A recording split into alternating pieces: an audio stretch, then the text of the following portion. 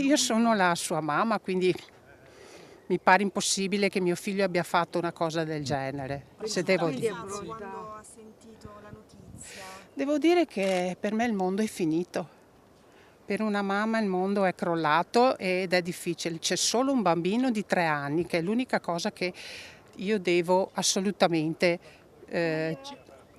preoccuparmi. C'è tutto l'amore di una madre che non vuole rassegnarsi alle gesta di un figlio, nelle parole di Adriana Tommasin, la mamma di Andrea Favero, il 38enne camionista in carcere per l'omicidio della compagna Giada Zanola, morta dopo essere stata gettata dal cavalcavia vicino a casa.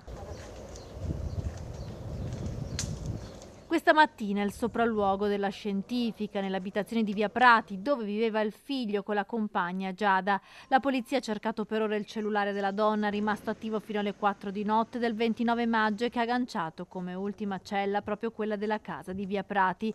Nel cellulare ci potrebbero essere le foto che Giada si era scattata per immortalare i lividi sul suo corpo.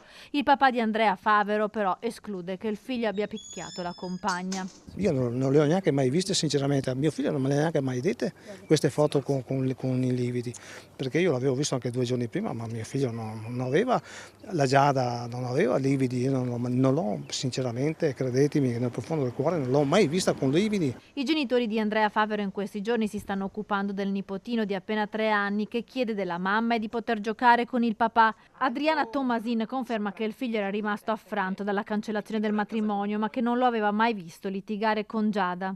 Ma io non li ho visti male, se devo dirle la verità. Assolutamente. So solo che è molto affranto, questo sì. Se Andrea ha sbagliato è giusto che paghi per quello che ha fatto. I genitori di Favero nei prossimi giorni chiederanno di poter incontrare il figlio in carcere, intanto le indagini proseguono.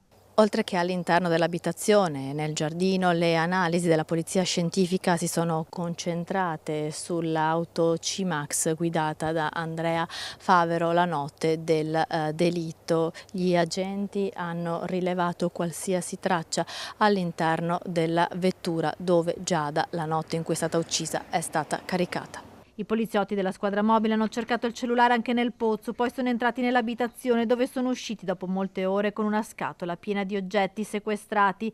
L'abitazione alla fine è stata chiusa e posta sotto sequestro.